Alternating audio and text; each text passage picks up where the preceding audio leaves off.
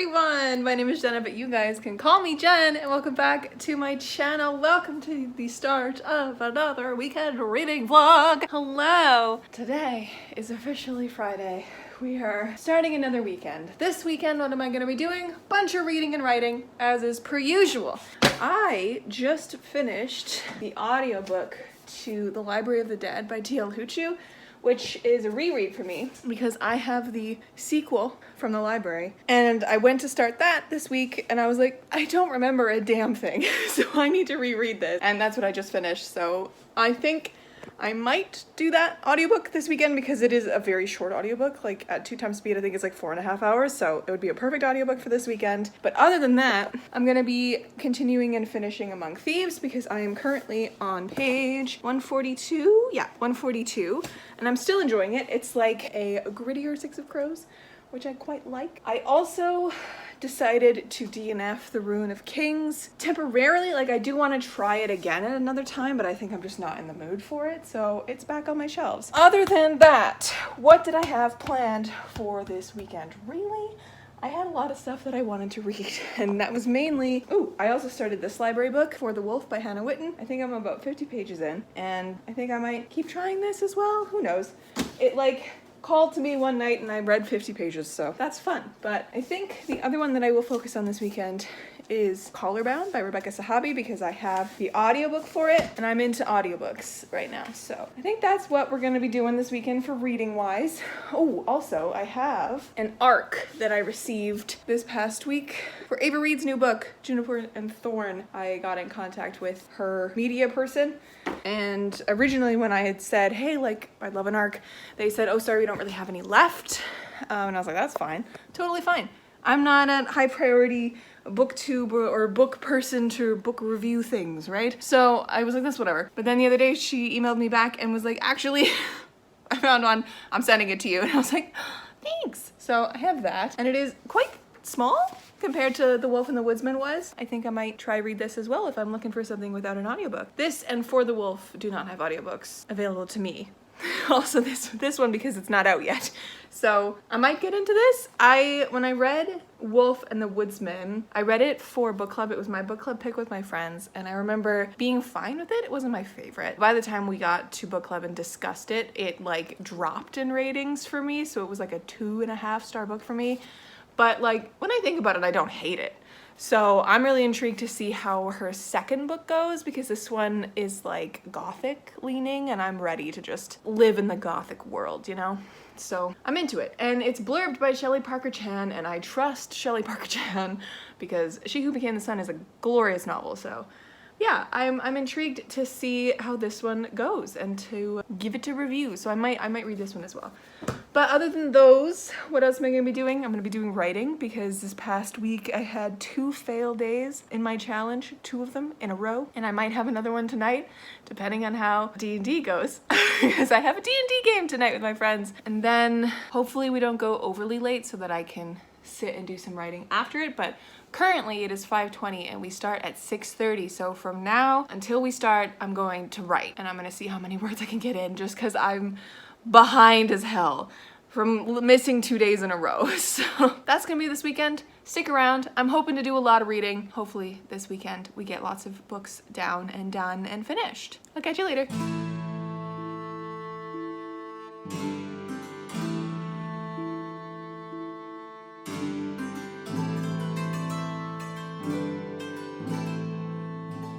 Hello friends and happy Saturday. Hi, hello. I'm here with my breakfast and I'm just about to head out for a very, very brief little stint into the city. I'm in the city now. A brief little stint just literally to the mall over here because last night when I was playing D&D, one of my little feet on my glasses fell off right there. Because I did the thing where I moved, I went like this. I was like, oh my God, you know, in the middle of a D&D game, things are stressed, things are happening. So I did that and it accidentally knocked one of the little feet fellas right off, and I have it, but it's broken and it won't stay on now. So now my glasses are slightly lopsided and it's hurting my brain. I gotta go to an eyeglasses place and be like, can you help me? My original plan was just to super glue it back on because these are from the internet. So they're I bought them from Glasses USA, which they're great, but they're not like the heavy duty quality that you'd get at like a Lens Crafters or a Pearl Vision or like, you know, places you buy glasses for like $800, $900, right? I gotta go fix them. And I wanted to go to the bookstore as well while I was there before my live stream that I'm gonna have at about 1:30. So I have less than an hour I have about an hour to go do this and then come back and make sure my thing is ready. Maybe I should put my live stream at 2 just in case. Y'all know me and books. Maybe I'll do that, but yeah, that's what I'm gonna do. I'm gonna eat my breakfast real quick and head out. So let's go to the bookstore.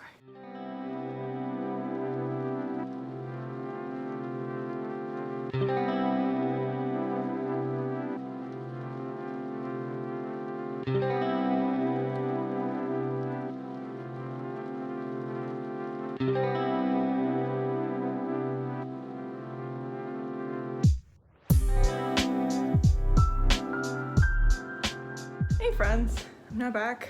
Got my glasses fixed. They're back. Now ready to be okay.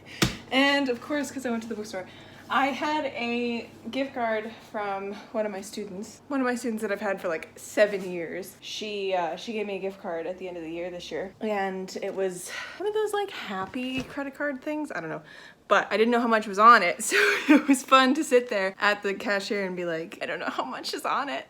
Let's just try. And so there was a fair amount on it, but I ended up getting 2 books with that. So not with the gift card, and then I paid like $40 extra because these are Canadian adult fantasy hardcovers, so they're expensive. But I got The Ballad of Perilous Graves by Alex Jennings, which is a book that I've been excited about. I don't know why I didn't pre-order this one, because it's like mages and piano, and Nola is a city full of wonders, an alternate New Orleans made of music and magic. It's a place of sky trolleys and dead cabs where Haint stands the night away and wise women help keep the order. To those from away, Nola might seem strange. To Perilous Graves, it's simply home. So Perilous, I guess, is a person. He goes by Perry, or they go by Perry. I don't know their gender, but very fun.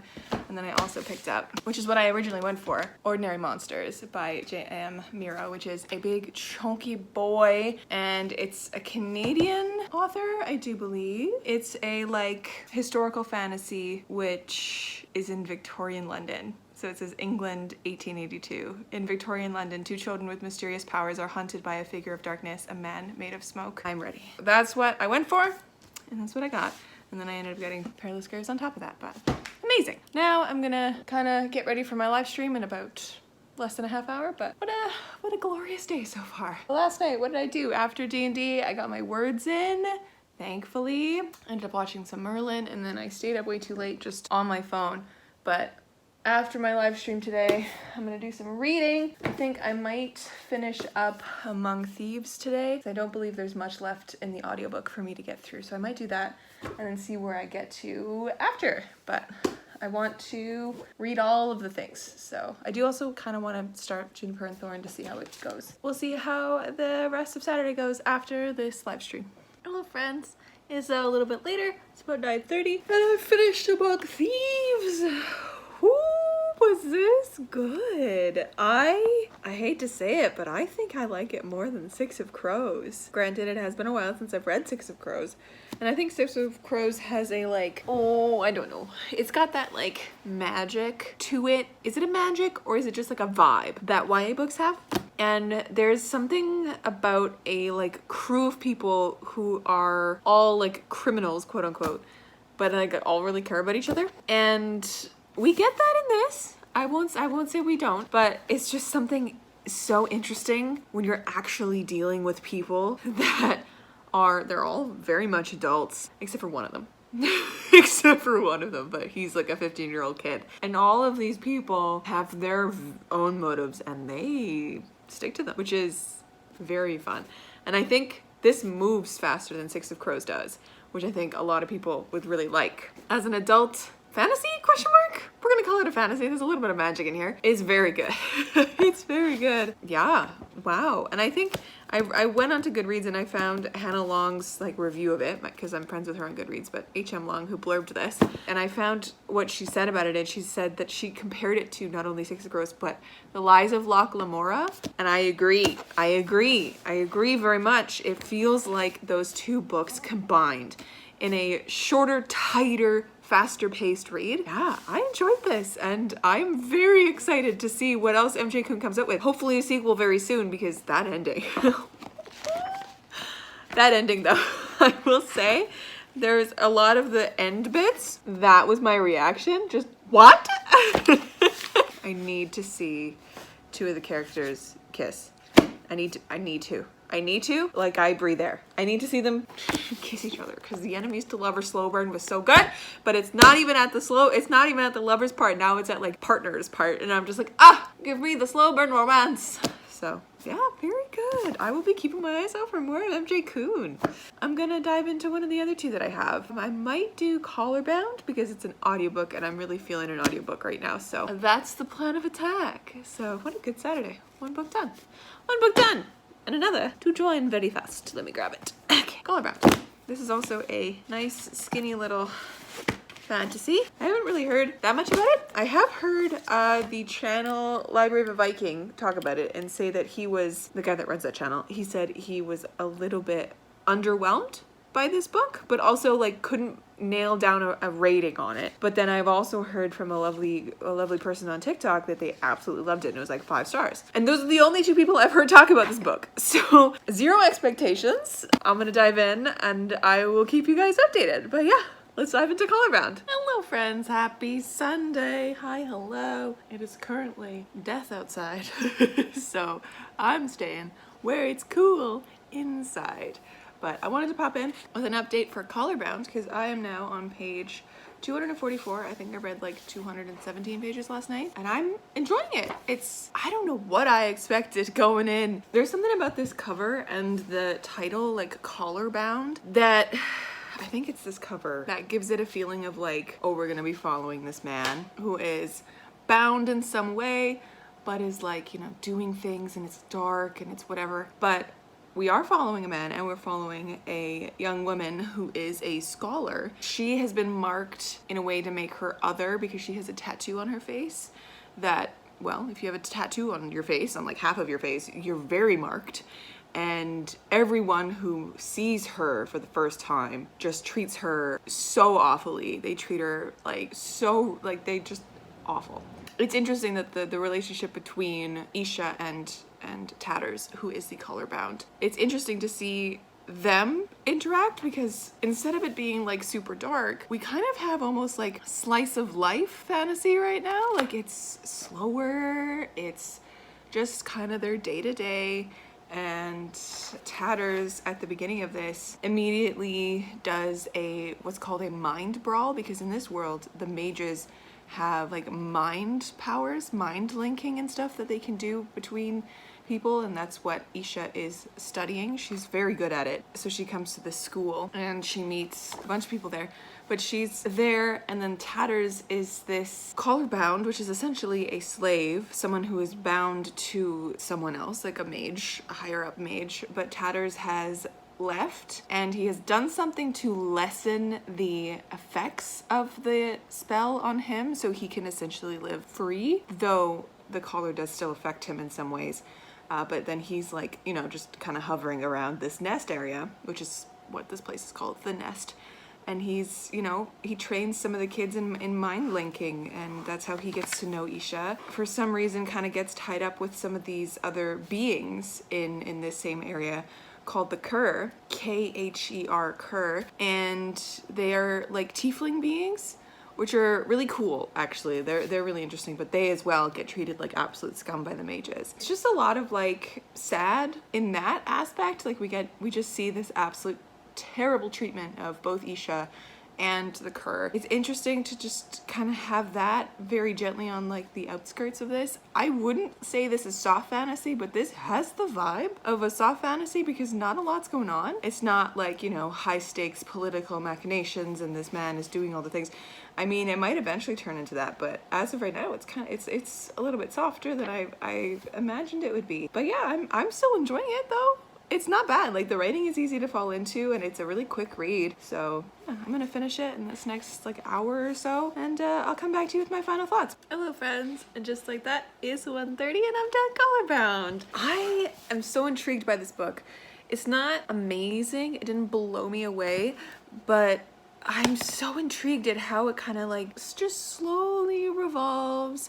And as I said earlier, I expected it to be a little bit more dark, a little bit more, I don't know. I was trying to like sort out my thoughts in the back of the book, but it's very slice of life. It's like watching a medieval fantasy just kind of come together. Like it's like watching these people walk around a medieval market and just go about their days. We're kind of seeing a little bit of Isha and her life as a mage, and or like as an apprentice, I guess I should call her. She's learning. And we're getting to see a little bit of Tatters and his situation and what he's like kind of doing there. And as we're seeing that, we're also seeing this world and all of its incredibly big issues just slowly tipping towards something catastrophic.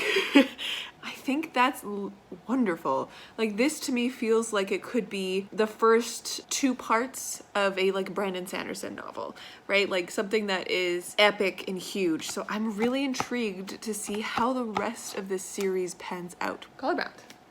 Done.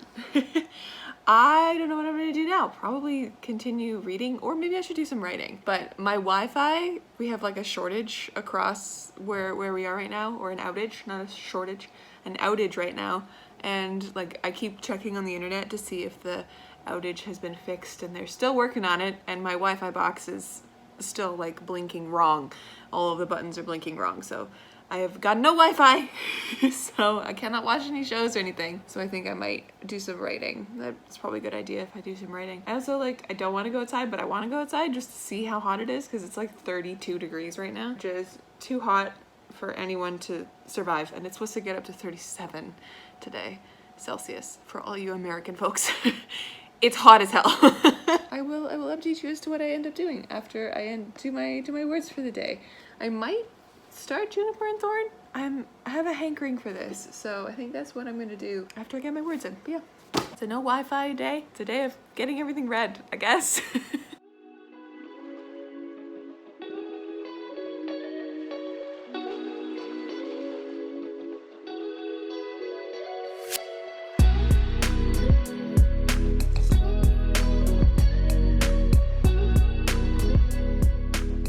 Hey friends, it's now a little later. I just finished my words for the day, which is incredible. I think I finished what I was supposed to write in like an hour and a half, which is the fastest I have ever written my words for this challenge. Then I ended up writing another bit, so added a ton of words to the challenge, to my draft today. And I've come to a realization that I talk through more in my second part of my writing challenge vlog, which will be coming to you guys at the end of the month sometime, or beginning of July, I guess. But the realization is that I might not have a 70,000 word novel here. I might be done before I hit that 70,000 word mark. Granted, I overwrite everything. So I have like 5 big scenes to write next, or left, 5 cue cards, I guess I should say, which, you know, could be more than 5 scenes, I should say. It's probably more like 5 chapters, but that, I don't know if it'll be 22,000 words, which is what I need to hit the 70K mark. Interesting little factoids. But anyways, now it is time to get back on my couch and read some more, because my Wi-Fi is still friggin' not working and I'm mad about it. So we're just gonna hole up on the couch, made myself a new iced coffee. Yes, I think I'm going to read some Juniper and Thorn, and we'll see where the rest of the day takes us. Hello friends. It is noisy as hell in my place today, because I have like all of the appliances going right now. But I thought I'd pop in and say hi and give you an update on Juniper and Thorn by Ava Reed, because I am currently just about 92 pages in, and I'm liking it, question mark? The prose is gorgeous, and I was immediately drawn into the story, but at the end of the first chapter, I was ready to be like, all right, let's go, I'm in. But then there was one last like chunk of text and it just put me off immediately. And there's been a few sentences that have done that, or like little tiny inclusions that I'm just like, oh, that wasn't needed, or just like little things like that that just set my teeth on edge. And I don't know if that's like just me, or if it's her intention, if it's the author's intention. I don't know. And like the weirdest thing is that usually I'm okay with some of this content being included in books. The first chapter had a little bit of a suddenly sexual line at the end, and I was like, oh, all right, I wasn't expecting that. And I think that's what set my teeth on edge, because up to then I was into it and I wasn't expecting that. And then there is also, trigger warning, if you are at all interested in Juniper and Thorn, there is a very prevalent eating disorder with our main character. I hate that it's included. I do not like reading descriptions of women hating their bodies. It hurts too much, I think.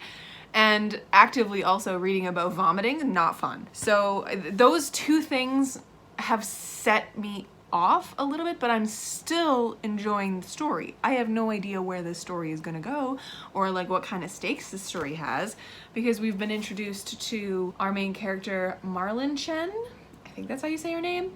And then her two sisters, Undine and her sister Rosenrot, but Rosenrot goes by Rose. We're introduced to them, and at the beginning they are sneaking out against their father's wishes, because their father has been cursed by this witch to never be satisfied, essentially. Like, there's a lot of lines about, you know, the curse that he's under, but he's been cursed to essentially never be satisfied. So he's always hungry, nothing satiates him. He's never fully happy with his daughters, no matter what, like, no matter how beautiful or accomplished they are.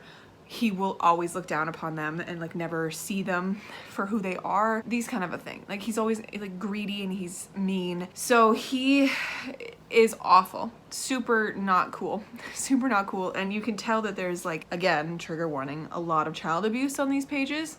Not physical child abuse. There is a line in here that says that, like, he's never laid a hand on us, but it's the mental abuse, right? Of course. So there's that. At the beginning of this, as I said, the girls are sneaking out and they're going to the opera, which is where they call it the opera, but it's not the opera. It's like a theater, you know? And that's where our main character lays her eyes on this absolutely beautiful man and gets, like, hopelessly, like, biggest crush ever on him kind of a thing.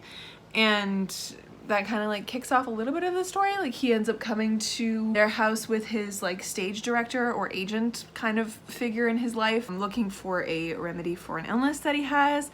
And because these three daughters are witches, they each have different powers, and they are the last witches in all of their city, and their father is the last wizard. They come to the house, and her father like angrily takes the money and sends them away after Marlin Chen helps the situation a little. She doesn't really.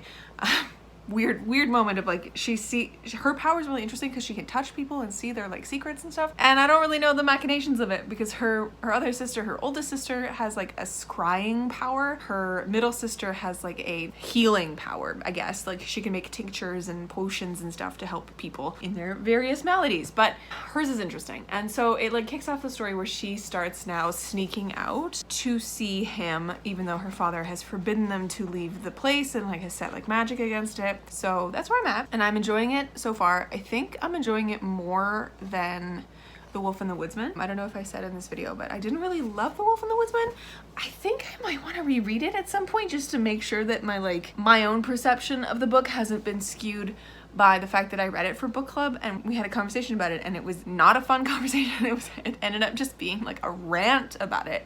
So I think that skewed my perception of the book a little bit, because I tend to do that. with the books that I read with my friends. I kind of latch on to other people's opinions and go, right, you're right, that makes sense. Maybe one day, but I don't know. And we're gonna see how well this one does in the next however many pages it is. I'm gonna go back into my very loud living room with all of the appliances going off right now, and I'm gonna continue reading, I think, for a bit. Hello friends, it is now a little bit later. It's like 1 in the morning, yep. And I thought I would pop in and let you know that I'm done. Juniper and Thorn. What a wild book. I'm probably gonna have to really think about it before I rate it. Finishing thoughts. That was such a, gosh, I don't even know how to say it. That was such a deeply sad and bleak book. Like, all the trigger warnings, I wrote them in the front as I was going through, because in the ARC there was no like, these are the trigger warnings page. So, trigger warnings. self-harm through eating disorders, and vomiting on page, familial abuse, psychological abuse, sexual and physical abuse, not necessarily on page all that much, but it's mentioned, gaslighting, gore, all of that. After having read The Wolf and the Woodsman, I feel like The Wolf and the Woodsman had more joy in it. It had more magical fantasy elements to it.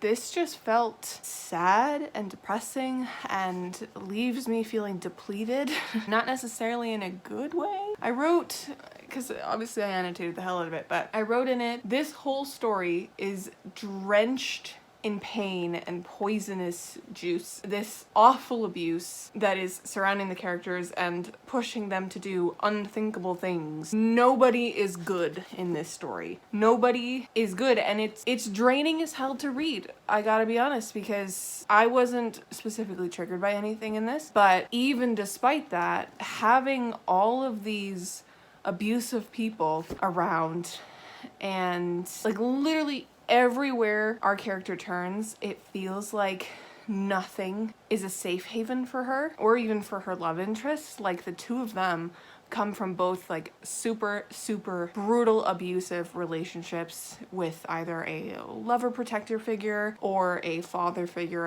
a familial situation. So and even when they finally like are together and have that moment of, you know, it feels broken and toxic and sharp. Yeah, like there wasn't really a moment in this where I felt like I could breathe. So I don't know if I liked this book. Although the ending, a little bit, feels like you're coming down a little bit, even though this whole book feels like it was just down because it was all sad and brutal. I know very little about the Juniper Tree story. I know nothing about it. I've never heard it before. I've never read a story quite like this, but I have read gothic horror before, and this feels like gothic horror. It has the elements of a true gothic horror novel. Yeah, now that I'm thinking about it, it does feel like the bleakness of a horror novel, of a true gothic horror novel. Wow, okay.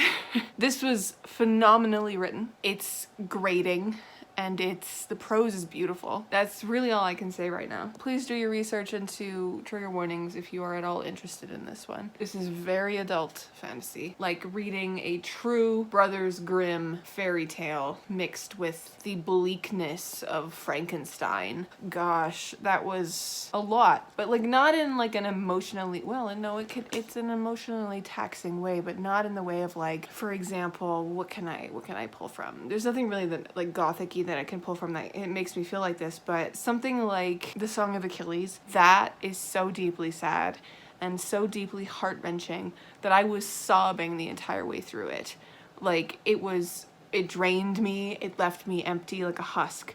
This, though emotionally taxing to read about this abuse and have our characters have literally no safe respite and feel like the end of the world is everywhere and there's no way out. There's a whole different brand of emotionally taxing, I think. Thank you to HarperCollins for sending this to me. I don't think it was HarperCollins directly, but it was definitely someone on Ava Reed's marketing team. Thank you guys for doing that. Thank you for sending this to me. That's really all I can say is, yeah, that was something. It was, in my opinion, better crafted than The Wolf and the Woodsman, for sure, but I cannot say that I liked one more than the other now that I've come out the other side. It is making me want to reread The Wolf and the Woodsman though, to see if I still stand in my feelings about that one, which is interesting. All right, well that's 3 books done this weekend. 4 books done, because I finished a book on Friday, right before I started this vlog, but 3 books done in this vlog,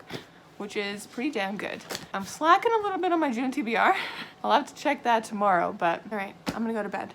And I will see you tomorrow. Hello, friends, and happy Monday. Hi, hello. It is officially the start of another work week. I wanted to pop in and kind of have a little chat because, of course, it's Monday, and that means it's the end of the vlog. I'm also going to Mom's tonight because Dad is currently on a business trip in Germany. My mom wants me to stay with her for the few days that he's gone because nobody's home to look after Bella and she doesn't want to run back and forth like twice a day, so from her job, because I work from home, it'll be much better if I'm there with her. So I'm gonna go there tonight, but I'm thinking of the books that I want to bring with. Probably won't get that much reading done because I usually don't during the week, and I'll be there with her, but I'm gonna be bringing these 3 boys with me. I actually looked at my TBR this morning and I think I'm actually doing pretty good. I didn't realize I was doing that good until I like looked at it, but yeah, I've already read The Stardust Thief, I've already read Among Thieves, and I've read Delilah Green Doesn't Care. We're doing okay, and The Collar Bound was also on my TBR. Look at me go. But yeah, got 3 more that I want to try and get through before the end of the month, but life is good. Life is pretty chill this morning. So I haven't yet run things through Copel, so let me quickly do that and I'll be back. Hello friends. All right, I have now successfully put everything through Copel and I got ratings for everything that I read this weekend. So I ended up finishing a reread of The Library of the Dead by T.L. Huchu, which I finished before I started the vlog, but I wanted to mention it here because I rated it 4 stars. Great.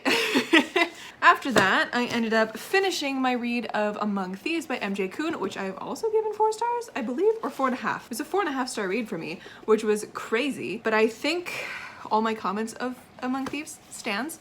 I like it a whole heck of a lot. I think it's a tighter, better paced version of Six of Crows. It like feels like Six of Crows meets what is it? The Gentleman's Bastards, the first one? The Lies of Black Lamora, this one. I couldn't remember the title. Definitely a good read, super fun. I'm so excited to see when the sequel comes out. I believe on MJ Kuhn's Twitter, it says that Thick as Thieves, which is the sequel, is going to come out September 2023. So we have a little bit of a wait before the sequel comes out, but I'm excited about it either way. Then I read Collar Bound, which was good. I ended up giving it 3.5 stars. Wasn't anything exceptional, but I'm intrigued to see where the rest of the series goes, and I will be continuing it when it comes out because, you know, I enjoyed it. The writing was good. It was a quick read. And the magic system is so unique and something that I've never come across before with like the mind linking. Very cool. Finally, Juniper and Thorn by Ava Reed. I'm giving this one 4 stars. I've slept on it. I'm thinking about it. I don't think I liked it. So my enjoyment is pretty low because it's not an enjoyable book to read because it is brutal and dark, as I explained last night, but it's not super action packed. It's not high stakes or anything. Even like when I'm thinking about it, I don't think there's like a quote unquote traditional inciting incident to this. It just kind of is a slow unspooling of the plot, and yeah, I'm giving it 4 stars, which is wild. So, but again, I don't think I liked it. Which is such a weird thing to say. Like, it's a 4-star book for sure. I don't think I liked it. Do you know what I mean? Do you ever have books like that where you're like, this was such a good book, but like it wasn't enjoyable at all to read? I recognize that it's a really good book and it deserves those 4 stars, but I didn't like it.